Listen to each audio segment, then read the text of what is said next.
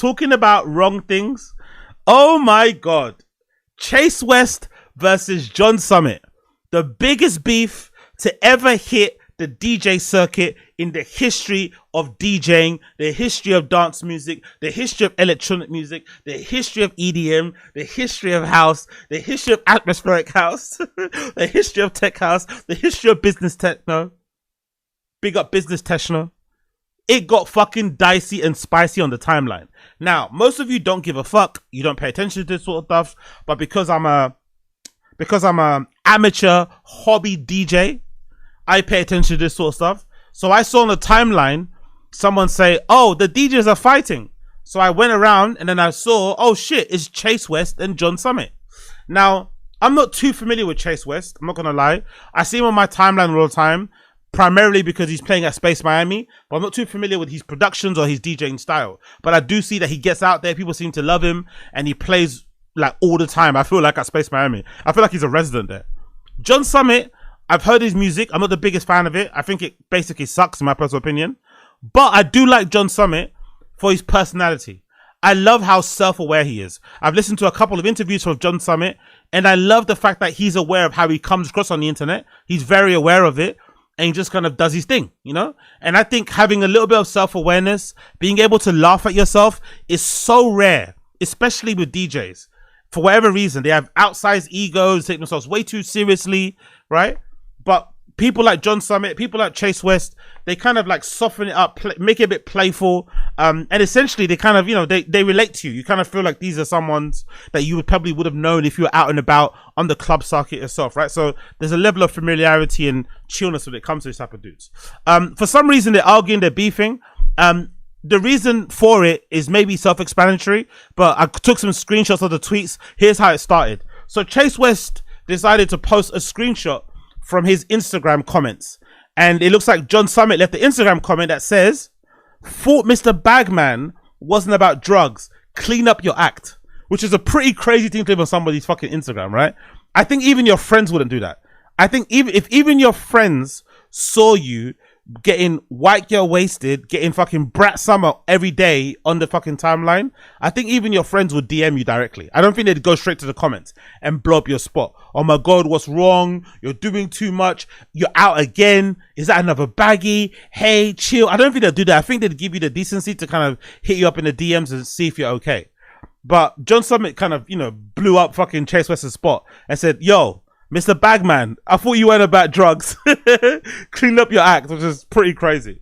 So this is how the beef started, right? So that's the first thing that happened. And then I think the reply, if I'm not mistaken, the reply was this. That kind of gave you an insight to what's going on from this person called Maya Grace. She replied to that comment and said, bro literally got 86 from space and got sober for a week and doesn't know how to act. Anyway, stream dope. So I had to Google what 86 means, but 86 essentially is a thing in clubs and bars and, you know, I guess entertainment venues where you get barred essentially. If you do too much, drink too much, you get barred and it's called being 86th. I'm assuming it has to do with some sort of rule, whatever. I don't really know, but you know, it's basically being banned. So this rumor, this person started allegedly, let's put it allegedly there. We want to be safe. Don't want John Summit's, you know, beast lawyers coming after me.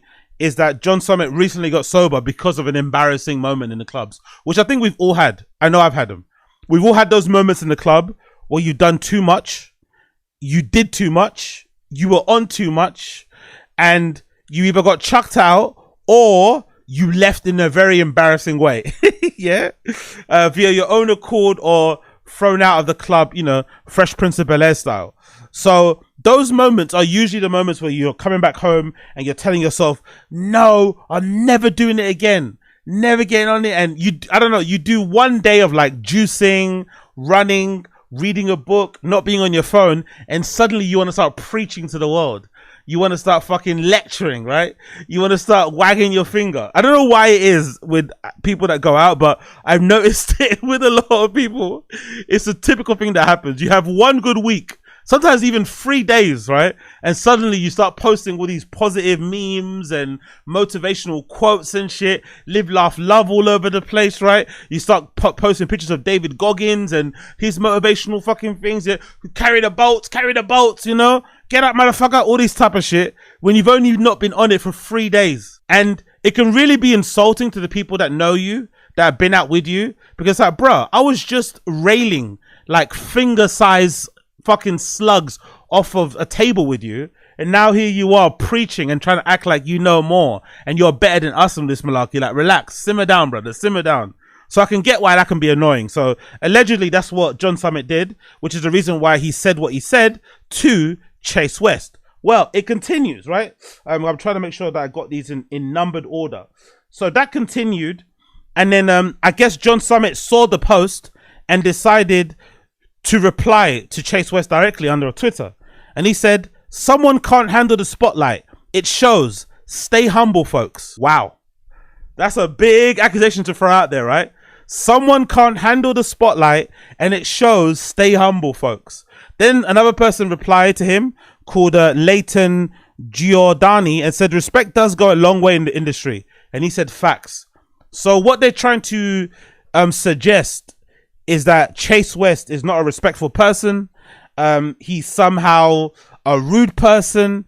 He somehow allowed his fame and his notoriety get to his head, and now he's walking around with baggies leaking and dropping all out of his fucking pockets with a fucking row of baddies and, you know, and boys and other people lining up behind him, following him everywhere like a Pied Piper as he fucking traverses through a club and heads to the green room somewhere to do slug size rails of whatever off of somebody's back and boobs and ass and crack and shit. So he's calling him out, really calling him out, which was a little bit excessive, I thought. Then somebody says in the replies, "Who is Chase West?" John Summit replies and says, "Good question." Then somebody says to John Summit, "My life is a bender, right?" quote unquote, and posts a picture of him with a champagne bottle wearing a bucket hat in the shower. It looks like, right? It looks like John Summit is sat in the shower with a bottle of Henny on his lap, a bucket hat on, tie-dye t-shirt, and a bottle of champagne in the air, having a great time. And he posts a reply and says, "Was a great post-COVID era, no regrets, was meant to be fun and positive, not destructive and hateful." So he's trying to say that Chase West is destructive and hateful. I was having fun. So basically John Summit's like, hey, I'm a different type of girl, you know? I'm a different type of girl. My fun is not the same as your fun. I can go out there and get on it and get fucking crazy, but the way you do it, it's not cool. It's not nice, you know? It's not demure. It's not stylish. It's just not wavy. It's a bit all over the place. It's a bit messy, which is, you know, it's a bit funny because I think, by and large, I don't think I've met a single person. I don't think I've met a single person who gets on it and doesn't look a little bit crazy. We all look crazy. I think we all think we look like the club scene in Honora, right? I think when we go out and have fun, I think we all think we look like the club scene in Honora when she meets that guy for the first time, right? The Russian kid. But actually, what we look like is Kate Moss at Paris Fashion Week on the run, watching Paris Fashion Week or London Fashion Week at a Burberry show. We actually look like Kate Moss. We're twitching, we're jaws are swinging, we're looking nitty as fuck. But we think we look like Honora, but we don't. So this idea that you do it better, you do it better, that person does it worse. No, there is no such thing as the only way you can do it better is if you're sober. If you go out sober, you're doing it better because you're gonna look the same that you did when you left the house. Then when you come back home, you might just look a bit disheveled and sweaty, but you won't have this like nitty, ratty look to yourself. You know, that's just the be all and end all of it. There is no fucking hierarchy. The only hierarchy exists is if you're sober. If you're on it, it doesn't matter if you did 1 line, 10 grams, 5 grams, it's all the same. Cool. Let's continue. Another one says here, this person says to John Summit, "Bro, everyone knows you're the biggest dork in the industry. We all remember when you had a meltdown because all your fans just stare at you during your sets." By the way, I think that's a reason to be a meltdown. I think John Summit has every reason to crash out on these fans if they just stand there and look at him. Because I don't even know how you get this type of fans. I have to be honest. I don't know how you develop or cultivate a fan base that just stands there and looks at you. Because I remember watching a video of like those kind of music DJs. I recently watched videos of Innovision guys at the Innovision 30th anniversary in Barcelona. There's a few DJs out there who for some reason have cultivated fans who go and watch them DJ and they just stand there and they hold a phone in front of their faces, and it's literally they're looking at the DJ set or enjoying it through their phone. I don't even know where those fans come from. I guess those are just the normie fans. Once you become really famous, that's the fans that you get. It's just it's a byproduct of it. But I think DJs are more than within their right to be upset about that, because that's not what you get in it for. Yes, you get in it for the money, for the fame, for the women and the drugs and the traveling and the lifestyle. But ultimately you get into it for the music. You get into it because you fucking love and enjoy making people sway from left to right. You love manipulating the fucking dance floor. You love fucking adding something to the experience. You love an ability to provide people with a sense of escapism, right? You love the music. You love it. And you want to see people enjoy themselves. There's nothing better than when you're DJing and you see somebody really fucking enjoying a blend, really loving a tune, recognizing the bass line of a song that's about to come in. Like, it's fucking brilliant. So then when you get to a level where suddenly everyone's just standing there looking at you through your smartphone, I think you're allowed to be pissed off, because that's weird behavior. I don't know where those people come from and why they do that. I'd love to interview someone like that and say, hey, why do you just like go to a rave to watch your favorite DJ and you just stand there and record the whole set on your phone? And you're likely never going to watch that back again. Why'd you do that? You know? But anyway, John Summit replied to that dork comment and said, this dork just headline Ultra, so I think I'm doing okay. Again, I don't think that's the right reply. That's almost like, hey, I have more money than you. When you start mentioning accomplishments and money you lost, I think you should just address it and say, yeah, of course I crashed out. Of course I had a meltdown. Like no one enjoys a row of people watching you like a fucking circus animal, you know? Or like a zoo animal, sorry. You want people to be enjoying themselves. You want people just standing there staring at you in the eyeball. It continues. Another person here says to John Summit, I've watched so many artists and people in general with incredible potential fed into the oblivion because they thought their shit didn't stink before they even reached the bathroom. Oh, their shit didn't stick. I don't think that's fair. I think you're allowed a phase. When you become a famous DJ, a famous artist, a famous in whatever creative field, with the amount of people who are gassing you up, licking your ass, I think you're permitted a phase to be a bit of a diva, to be a bit of a cunt, you know, to be a bit of an asshole. You're allowed that phase. It's nice when you don't have one, right? It's nice when you just come into the game and you're cool and you're chill and you're laid back and level-headed and approachable and you don't have a big ego. It's great for the fans. But I think overall, it's not realistic to expect people not to kind of buy into their own shit when people around them are telling them that they are the shit, right? And that they're special and shit, especially when it comes to you late in life, right? When you're just a regular person and you suddenly become famous in your 30s, in your 40s and shit, late 20s, I can understand why you turn into an arsehole. I think you're allowed to do so. So I think that's a bit harsh, personally. And usually, along the way, the person usually fixes up, you know? They usually realize that, hey, this is not the right way to act and to deal with things. And if I want a long career in this industry, I have to be somewhat approachable and chill and cool and nice to deal with. You know, usually the assholes don't stick around forever. You have to be able to moderate your behavior and how you treat people. You have to do it. You have to be a little bit more accommodating, a little bit personable, a little bit open, a little bit more chill. You have to lower your guard a little bit. So I think in the end, if Chase West is the way this guy's describing, or the way that this guy, John Summit, is insinuating, I think eventually he will get there as being a good person. Another person quoted and said, I played nearly an hour past his set time at 5:30 a.m. and still took time to take pictures after the lights come on. Yup, classic ego dick behavior. So this is somebody standing up for Chase West, which I think is brilliant, by the way.